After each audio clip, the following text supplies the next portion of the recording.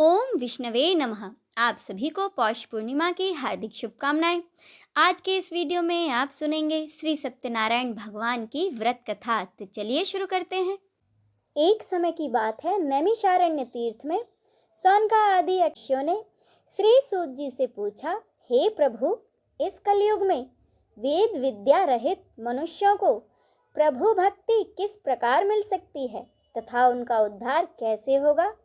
हे मुनि श्रेष्ठ, ऐसा कोई तप बताइए जिससे थोड़े समय में ही पुण्य मिले और मनोवांछित फल भी मिल जाए। इस प्रकार की कथा सुनने की हम इच्छा रखते हैं। सर्वशास्त्रों के ज्ञाता सूत जी बोले, आप सभी ने प्राणियों के हित की बात पूछी है, इसीलिए मैं एक ऐसे श्रेष्ठ व्रत को आप लोगों को बताऊंगा जिसे नारद जी ने लक्ष्मी नारायण जी से पूछा था और लक्ष्मीपति ने मुनि श्रेष्ठ नारद जी से कहा था। आप सब इसे ध्यान से सुनिए। एक समय की बात है, देव ऋषि नारद दूसरों के हित की इच्छा के लिए अनेकों लोकों में घूमते हुए पृथ्वी लोक में आ पहुँचे।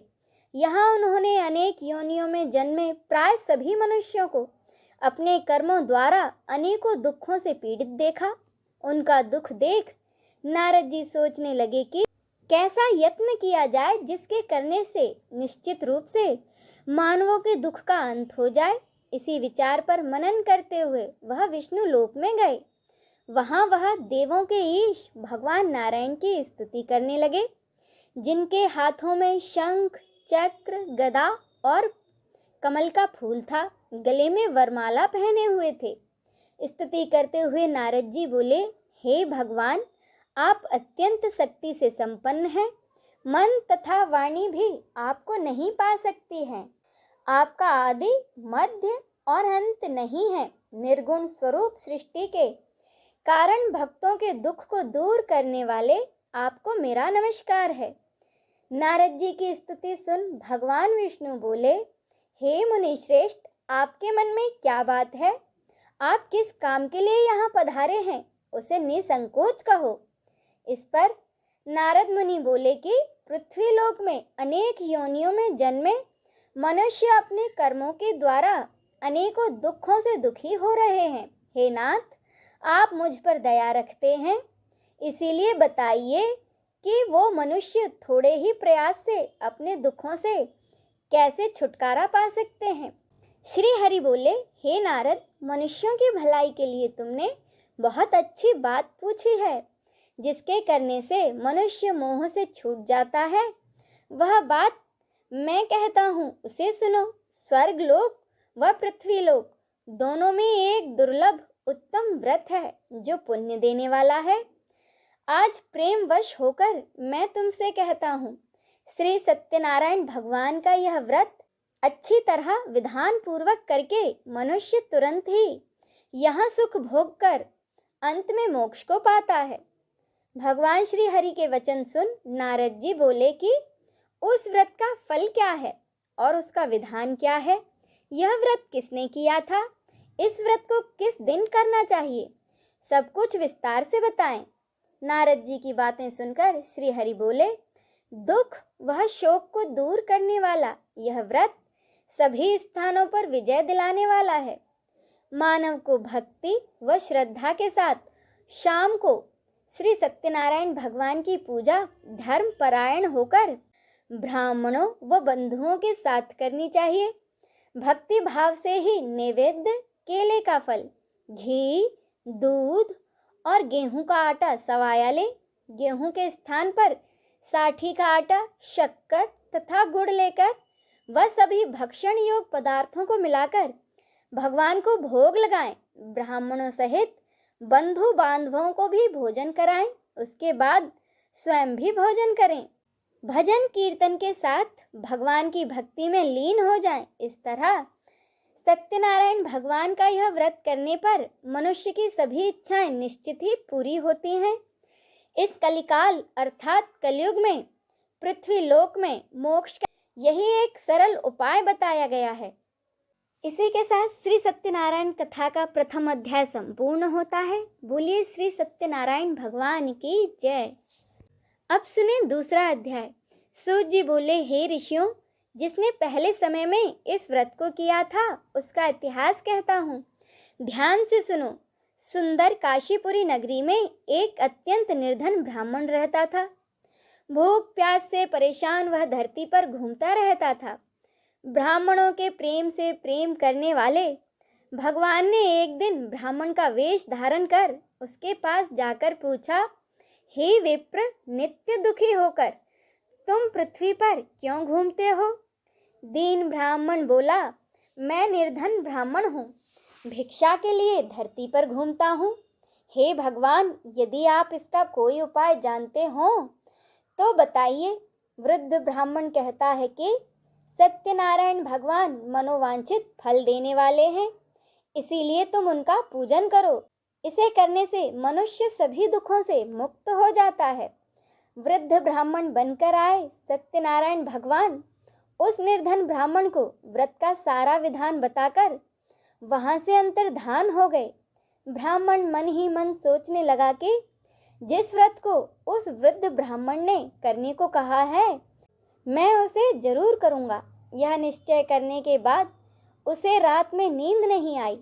वह सवेरे उठकर सत्यनारायण भगवान के व्रत का निश्चय कर भिक्षा के लिए चला गया।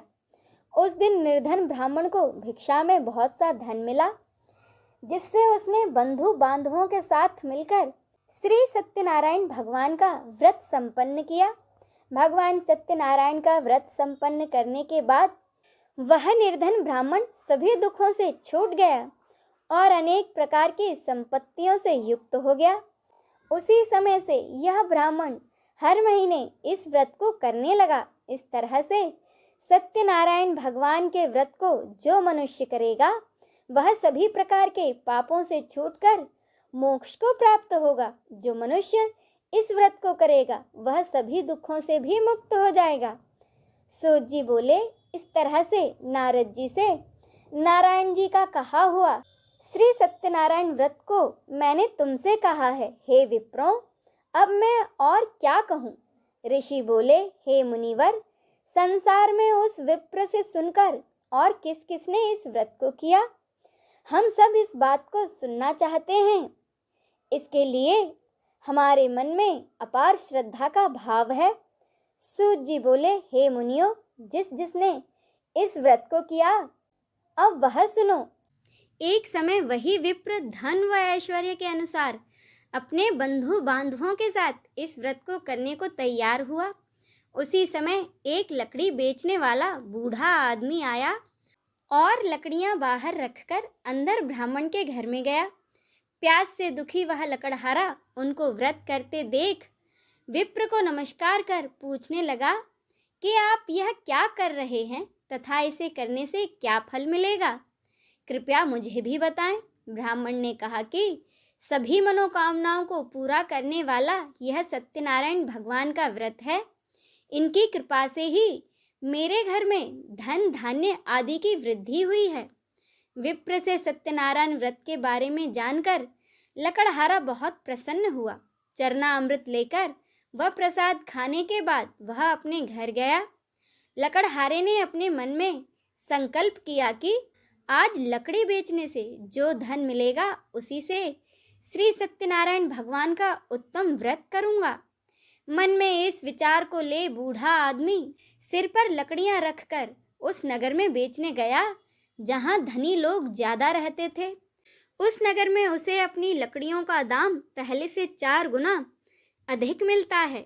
बूढ़ा प्रसन्नता के साथ दाम लेकर केले, शक्कर, घी, दूध, दही और गेहूं का आटा ले और सत्यनारायण भगवान के व्रत की अन्य सामग्रियां लेकर अपने घर गया। वहां उसने अपने बंधु बांधवों को बुलाकर पूरे विधि विधान से सत्यनारायण भगवान का पूजन और व्रत किया। इस व्रत के प्रभाव से वह बूढ़ा लकड़हारा धन, पुत्र आदि से युक्त होकर संसार के समस्त सुख भोग अंत में वैकुंठ धाम चला गया। इसी के साथ यह द्वितीय अध्याय भी संपूर्ण होता है। बोलिए श्री सत्यनारायण भगवान की जय। अब सूत जी कहते हैं कि हे श्रेष्ठ मुनियों, अब आगे की कथा कहता हूँ। पहले समय में उल्कामुख नाम का एक बुद्धिमान राजा था। वह सत्य वक्ता और जितेंद्रिय था। प्रतिदिन देव स्थानों पर जाता और निर्धनों को धन देकर उनके कष्ट दूर करता था। उसकी पत्नी कमल के समान मुखवाली तथा सती साध्वी थी। भद्रशिला नदी के तट पर उन दोनों ने श्री सत्यनारायण भगवान का व्रत किया। उसी समय साधु नाम का एक वैश्य आया। उसके पास व्यापार करने के लिए बहुत सा धन भी था। राजा को व्रत करते देखकर वह बड़े ही विनम्रता से पूछने लगा, हे राजन, भक्ति भाव से पूर्ण होकर आप यह क्या कर रहे हैं? मैं सुनने की इच्छा रखता हूँ, तो आप मुझे बताएं।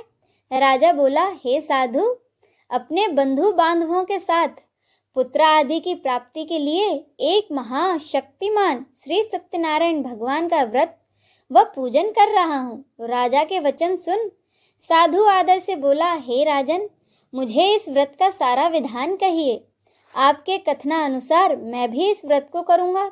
मेरी भी संतान नहीं है और इस व्रत को करने से निश्चित रूप से मुझे भी संतान की प्राप्ति होगी। राजा से व्रत का सारा विधान सुन व्यापार से निवृत्त हो वह अपने घर गया।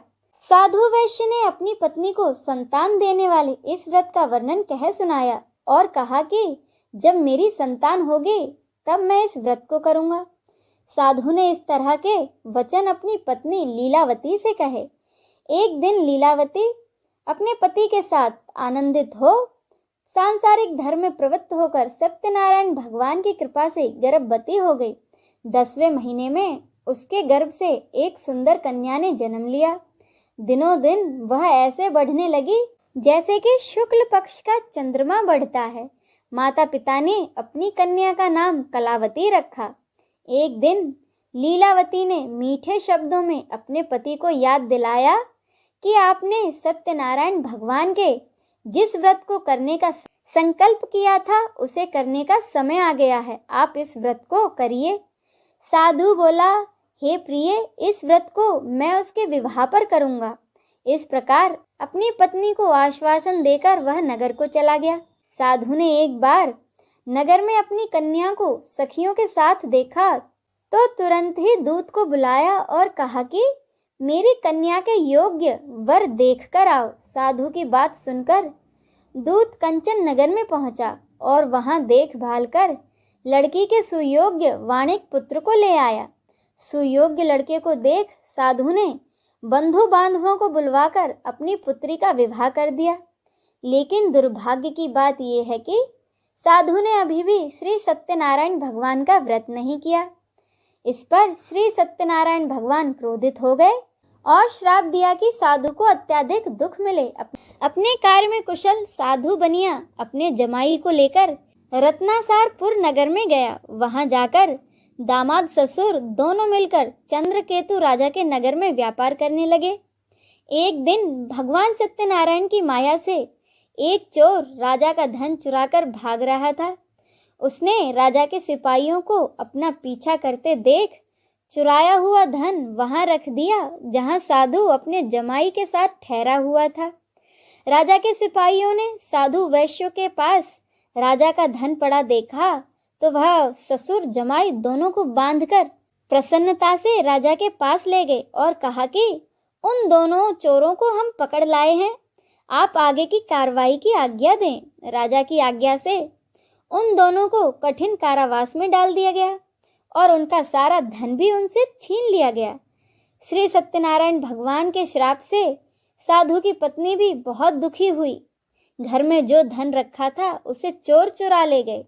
शारीरिक तथा मानसिक पीड़ा व भूख प्यास से अति दुखी हो अन्न की चिंता में कलावती एक ब्राह्मण के घर गई। वहां उसने श्री सत्यनारायण भगवान का व्रत होते देखा, फिर कथा भी सुनी। वह प्रसाद ग्रहण कर वह रात को घर वापस आई। माता ने कलावती से पूछा, हे पुत्री, अब तक तुम कहाँ थी? तेरे मन में क्या है? तब कलावती ने अपनी माता से कहा कि माता, मैंने एक ब्राह्मण के घर में श्री सत्यनारायण भगवान का व्रत देखा है। कन्या के वचन सुन लीलावती भगवान के पूजन की तैयारी करने लगी। लीलावती ने परिवार व बंधुओं सहित सत्यनारायण भगवान का पूजन किया और उनसे वर मांगा कि मेरे पति तथा जमाई शीघ्र ही घर आ जाएं। साथ ही यह भी प्रार्थना की कि हम सबका अपराध क्षमा करें। श्री सत्यनारायण भगवान इस व्रत से संतुष्ट हो गए और राजा चंद्रकेतु को सपने में दर्शन देकर कहा, हे राजा, तुम उन दोनों वैश्यों को छोड़ दो और तुमने उनका जो धन लिया है उसे वापस कर दो। अगर ऐसा नहीं किया तो मैं तुम्हारा धन, राज्य व संतान सभी को नष्ट कर दूंगा। राजा को यह सब कहकर भगवान अंतर्धान हो गए। प्रातःकाल सभा में राजा ने अपना सपना सुनाया। फिर बोले कि वणिक पुत्रों को कैद से मुक्त कर सभा में ले आओ। दोनों ने आते ही राजा को प्रणाम किया। राजा मीठी वाणी में बोला, हे महाअनुभवों, भाग्यवश ऐसा कठिन दुख तुम्हें प्राप्त हुआ है, लेकिन अब तुम्हें कोई भय नहीं है। ऐसा कहकर राजा ने उन दोनों को नए वस्त्र आभूषण भी पहनाए और जितना धन उनसे लिया था उससे दुगना धन वापस कर दिया। दोनों वैश्य अपने घर की ओर चल दिए। बोलो श्री सत्यनारायण भगवान की जय। सूत जी बोले, वैश्य ने मंगलाचार कर अपनी यात्रा शुरू की और अपने नगर की ओर चल दिया। उनके थोड़ी दूर जाने पर एक दंडी वेशधारी श्री सत्यनारायण ने उनसे पूछा, हे साधु, तेरी नाव में क्या है? अभिमानी वाणिक हंसता हुआ बोला, हे दांडी, आप क्यों पूछते हो? क्या धन लेने की इच्छा है? मेरी नाव में तो बेल व पत्ते भरे हुए हैं। वैश्य के कठोर वचन सुन भगवान बोले, तुम्हारा वचन सत्य हो। दांडी ऐसे वचन कह वहां से दूर चले गए। कुछ दूर जाकर समुद्र के किनारे बैठ गए। दांडी के जाने के बाद साधु वैश्य ने नित्य क्रिया के बाद नाव को ऊपर उठते देखकर अचंबा माना और नाव में बेल पत्ते आदि देखकर वह बेहोश हो जमीन पर गिर गया। उसकी मूर्छा खुलने पर वह अत्यंत शोक में डूब गया। तब उसका दामाद बोला कि आप शोक न मनाएं, यह दंडी का शाप है, इसीलिए हमें उनकी शरण में जाना चाहिए, तभी हमारी मनोकामनाएं पूरी होंगी। दामाद की बात सुनकर वह दांडी के पास पहुंचा और अत्यंत भक्ति भाव से नमस्कार करके बोला, मैंने आपसे जो असत्य वचन कहे थे उनके लिए आप मुझे क्षमा कर दें। ऐसा कहकर वह रोने लगा। तब दांडी भगवान बोले, हे वाणिक पुत्र, मेरी आज्ञा से ही बार बार तुम्हें दुख प्राप्त हुआ है, तू मेरी पूजा से विमुख हुआ।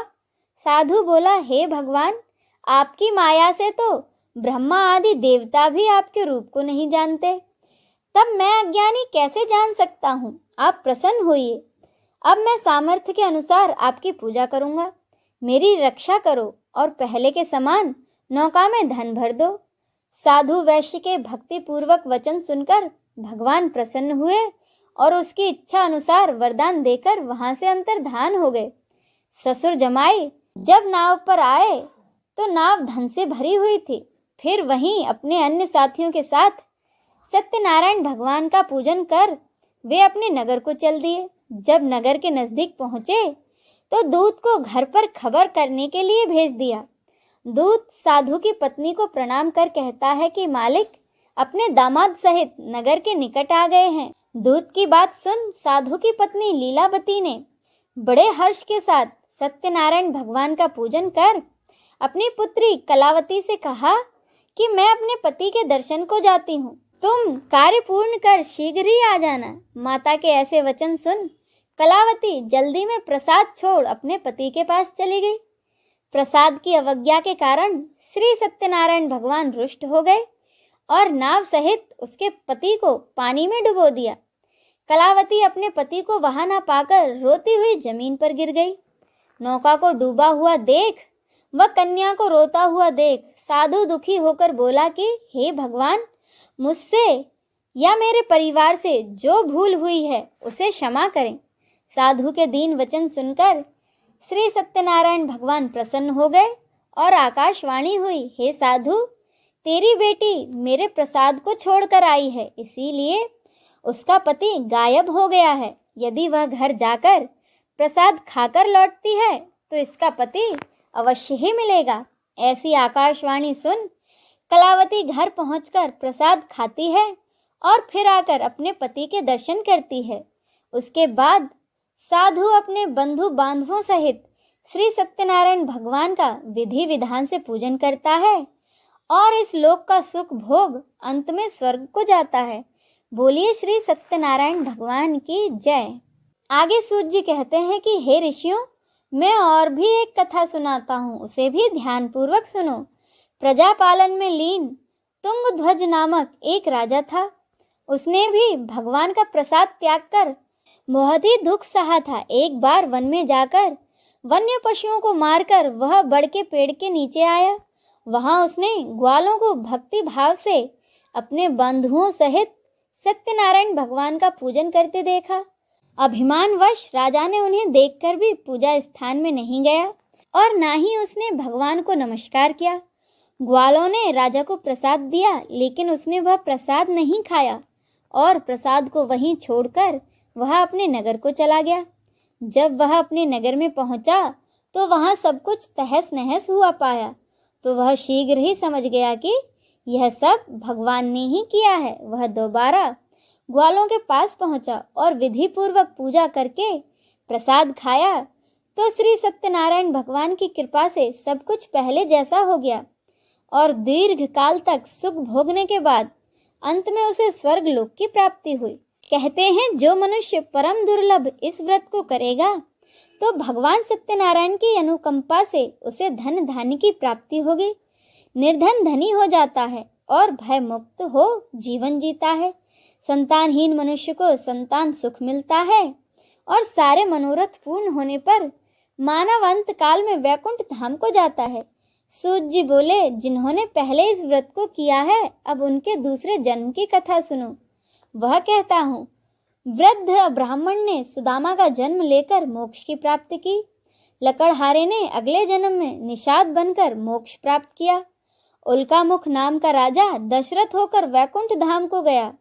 साधु नाम के वैश्य ने मोर ध्वज बनकर अपने पुत्र को आरे से चीरकर मोक्ष पाया। महाराज तुंग ध्वज ने स्वयंभू होकर भगवान में भक्ति युक्त हो कर्म कर मोक्ष पाया। इसी के साथ श्री सत्यनारायण भगवान की यह कथा संपूर्ण होती है। बोलिए श्री सत्यनारायण भगवान की जय। भगवान विष्णु की जय। नमः पार्वते पते हर हर महादेव की जय।